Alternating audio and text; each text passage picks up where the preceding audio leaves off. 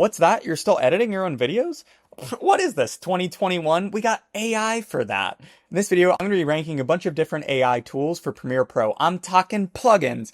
I'm talking stuff that Adobe made that's right inside Premiere Pro. I'm talking other programs that aren't even related to Premiere but are really useful if you're a video editor. First up, we have Spingle AI. This is a Premiere Pro plugin that basically does your editing for you. Just dump in a bunch of raw footage and then it can make for you a bunch of like highlight montages. Check out this sick basketball montage I got it to make.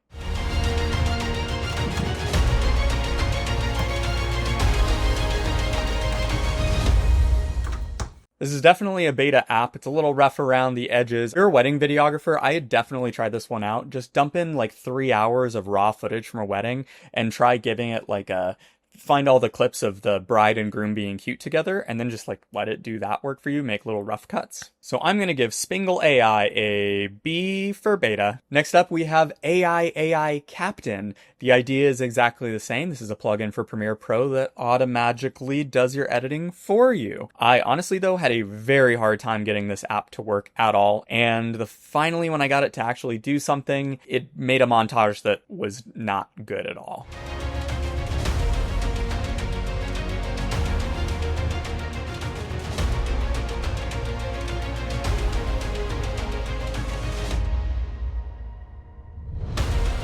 Sorry, fellas, with where the state of your app is right now, I'm gonna have to give it a D tier. Next is Autopod. This is an AI editor for podcasting people. You got multi-camera editors, so you can have it automatically switch to the right speakers. You have social clip creators, so you can take your long-form video, easily turn into short-form clips. You have the jump cut editor, which is basically silence removal. And I wasn't able to test out multicam. I'm going to assume it works great. Social clip creator, I couldn't get to work at all. And the jump cut editor worked fine, but also they do have auto silence removal inside of text-based editing already by default inside of Premiere Pro. So because of those reasons, I'm giving Autopod C tier. Next up, we have BuzzRolls. This is a Premiere Pro plugin where instead of you spending all day looking for B-roll yourself, you let an AI do it. You just tell it where you want B-roll in your video, and then it goes and searches stock video sites on your behalf, picks stuff that's relevant to the content in your videos, puts it in there, all for you. Surprise! This is the plugin that I made. And that's why I'm going to rate it the best plugin in the world. No, I mean, that's kind of like a parent telling you that their kid is the coolest kid ever. So because of that, I'm going to not rank it. You guys can decide whether it's hot or not. Next contender in the ring is Adobe Podcast. This is an in-browser application by Adobe. You go to podcast.adobe.com. They have a ton of features inside of Podcast, but the one I'm going to be talking about is the enhanced speech feature, because that's the one that I end up using all of the time. And this has transformed the way that I produce videos. For example, right now, I'm not recording on any kind of a microphone. I'm just using the inbuilt microphone of my MacBook. And then I put it into enhanced speech to just, make it sound so crispy and delicious. But because this has been so transformative in the way that I do my work, I'm going to have to give it our first S tier. On that note, there is another speech enhancement feature. This one is inside of Premiere Pro. You access it by going to Window. You can go to Workspaces, Audio. Then from there, you just select the clip that has speech dialogue, and it's right here, Enhance Speech. Now, it does something similar. It is not nearly as good as Adobe Podcast is, though, and I'm pretty sure that's because it's doing the processing locally on your computer rather than doing it in the cloud like what Adobe Podcast is doing. If you want to see a full video where I test out Adobe Podcast and absolutely push it to its limits and see what kind of crappy audio it can fix, you can check out the other video that I made after this one. Because the quality is just not quite as good, I'm going to give it C tier. Next up, we have text-based editing. This is another inbuilt feature within Premiere Pro. Go to Workspaces and down to text-based editing, and you can edit your video as if it's a Word document. You select stuff, it highlights that portion of the timeline. You can hit delete to just delete those portions of the video. You can use it to delete little silences off, etc. Text-based editing is phenomenal. I love this tool, and this has also changed the game in terms of how I make videos. For example, as I'm recording this video, I'm actually taking probably about 3 takes for every section, because maybe I mess up a word, maybe I don't sound enthusiastic enough. whatever. But in text-based editing, I can very easily just go and find those sections that are multiple takes and just delete everything off that's not the first take. I think that text-based editing has so much more potential with it too, and Adobe is continually releasing new text-based editing features, such as the next one that I'm going to go into. Before we do that, I'm going to give this a rank, and you probably guessed it, text-based editing, another S tier. To text-based editing, they added a new feature. It is the Watch your profanity option, aka profanity bleeper or something. To access this, you do need Premiere Pro Beta to be installed. If you don't already have Premiere Pro Beta, you should just go ahead and get it, because there are tons of brand new preview options that are all really good. And to be honest, I haven't had that many problems with Premiere Pro Beta crashing on me. Inside of text-based editing, you go to censored words list. This is where you can add words. I'm going to add soap, water, shower. Save. And then from here, you want to go to filters, censored words. It's going to highlight everything that is the censored word. And then from there, go to apply effect, apply bleep, apply to all. And this is our final result. Every time I take a I make sure to lather myself up with and I really get that in every spot. It worked. Great. That's why I'm giving it a B tier. If you didn't already know this, you can also use the same tactic to select all filler words. You can select all pauses. Our next inbuilt AI Premiere tool is Generative Extend. You go down here, you click that. Basically, if you want your clips to be just like a little longer, use AI for that. Let's see how good it is. And it's done. It took a couple of minutes to do that. Let's watch the full clip. Okay, ready, go.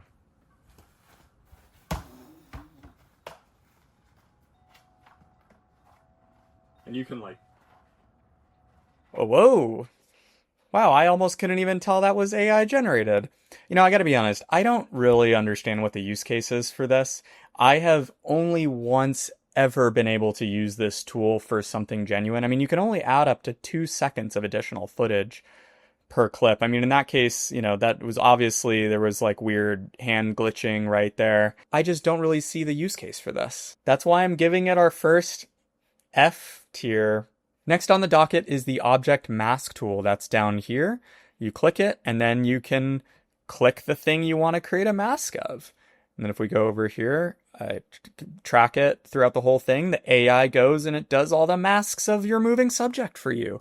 And then onto this, you can either, mask it out. So you can, I guess, make a transparent background, put it on a transparent background, or you can do specific color adjustments to just that portion. You can, basically any effect that you can apply using masks, you can do with this. As an example, I'm going to apply it to the opacity. And then over here, we can see the final result. And it pulled it out. It's not perfect, but I don't know. It's pretty good. It's pretty fast. I don't know. It works. Giving it a solid A tier. Our next tool is Media Intelligence. I'm here inside of a previous project. This is my Adobe Podcast versus Audio Hell video that I made. Media Intelligence, you can find it up here in the search panel. And what this lets you do is, instead of going through your bins and looking for a specific video or whatever, let's say that I want to find a guy with a tree. You look that up, and then it'll go and search through. Look at that. It found all the clips and the sequences and the audio snippets, anything where I say the word tree. It found everything with the physical tree behind me, and you can just directly pull in with that.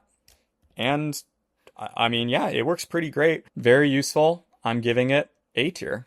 Next up, we have Optical Flow. Is this an AI tool? I don't know. It seems like there's probably AI involved here. So this is if you want to slow down a video. So you right click, go to speed duration. And then, let's say that we want it to be slightly slow-mo, 75% speed. Go to time interpolation, then choose Optical Flow. And then it'll slow it down.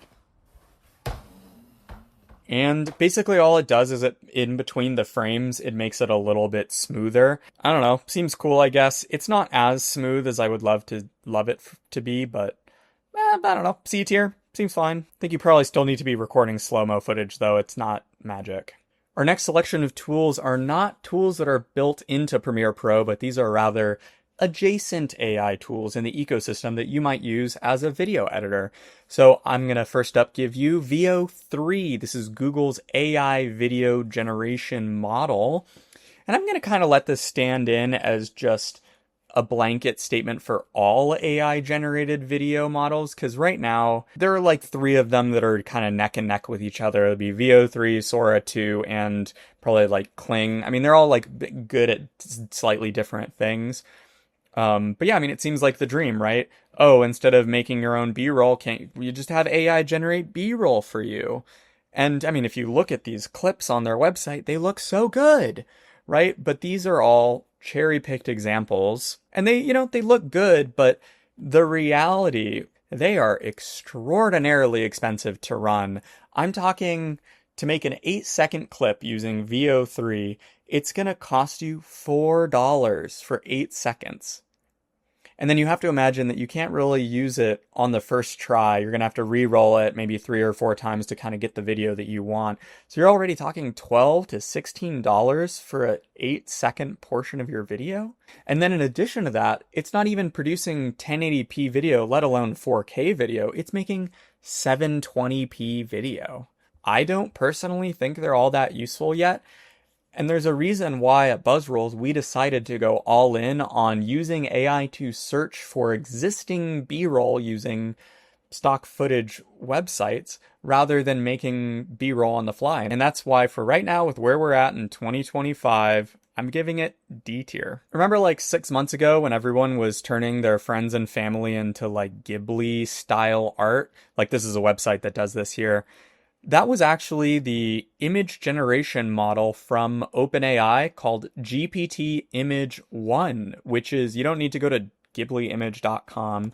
That is actually something that is just simply within ChatGPT, and you just tell it, make me an image of ...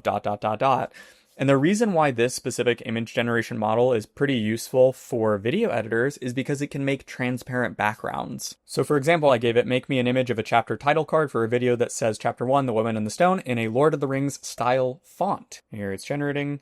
Oh, I've hit my free plan limit. Oh well, I'll just show on screen what this will look like after I can make it tomorrow. So this is the downside to this image generation model, is if you're on the free plan for ChatGPT, you only get like 3 generations a day. And if you were to, for example, use a third-party app that's actually calling the OpenAI API, you're going to be paying around 12 to 25 cents per image, which is, viable. You can use this for transparent background custom fonts. You can do diagrams. You can do character consistent imagery. Overall, I'm giving it B tier. It's like kind of useful sometimes. A little tool I want to talk about is this. It's called Chat Video Pro. This is a plugin for Premiere Pro that basically puts ChatGPT and GPT Image 1 and Veo 3 inside of Premiere Pro. And it's very reasonably priced. It's $50, I think, right now. The issue with it is that it's bring your own API key, which means that you have to go to Google's like developer page and apply to become a developer and then get API keys, which, that'll probably take you, 30 minutes, something like that. But again, you're still paying all the costs of the generations, which are pricey. But if you're doing a lot of it, I'm going to give it C tier, right in the middle of the different AI generation stuff, just because it gives a slight convenience boost. I have another AI generated image model for you. This one is Nano Banana. You can get it through gemini.google.com. You can hit the little banana icon. By the way, whoever came up with Nano Banana as the name, give that guy a raise. I use this tool primarily for making thumbnails. It's super fast to use. It's pretty cheap to use. And it's really good at making just little assets. So for example, this little icon, if I wanted to include this, I could then download this, bring it into Photoshop. Unfortunately, you have to manually remove the background. That's why I told it to make it white, so it's easier to remove. If Nano Banana had a transparent background feature, oh my gosh, this would be such a good tool. The other really nice thing about Nano Banana is that your follow-up prompts, it listens to, and so it can iteratively fix the images that it makes. So for example, if I want it blue, just say make it blue. And it'll keep everything almost exactly the same just with the edits that you tell it. This is a big difference between Nano Banana and GPT Image 1 inside of ChatGPT is if you follow up and you tell it, hey, I want this change, it'll go and it'll change the entire image on you. And it just doesn't work as like a progressive image editor model. Oh yeah, by the way, these images, a lot of them are actually made by Nano Banana because some of these things like didn't actually have icons inside of Premiere Pro. So because of that, I'm giving Nano Banana A tier. No YouTube video is complete without a clickbaity thumbnail. And that brings us to our next tool. This is inside of Photoshop. This is generative fill. This thing is a good model. Whoever made this, they cooked. You can just say, give me a wacky mustache. For example, in this actual image up here, so this little like paintbrush stroke thing, that was generative fill. The background actually was generative fill as well. I told it to give me just like a bright, grainy, yellow background. Worked great for that. But you can use generative fill to layer the models, and you can kind of just like keep generating until, so you can see it kind of like messed up right here. I'm giving it A tier. The next AI tool that's useful for video editors is good old ChatGPT. If there's something that you want to do inside Premiere and don't know how to do it, just ask ChatGPT how to do it. Give it the question and then it'll walk you through exactly step by step all of the things that you need to do to get the thing that you want to happen. But I will note that sometimes, about probably 50% of the time, it's kind of wrong because it's drawing from its memory over the past 10 years, and Premiere Pro has changed a lot over the past 10 years in terms of like what menus to go to what things. So don't be surprised if it basically gives you some wrong information, but the good news here is that it doesn't matter because when it's right, it's clearly right. You just try what it says, and then if a menu option that it told you was there isn't there, tell it that and it'll readjust what it says. And ultimately you'll find what you're looking for. As a learning tool for Premiere Pro, I'm giving it A tier. That's it for the video. Hope you learned something new. Hit that smash and like, subscribe.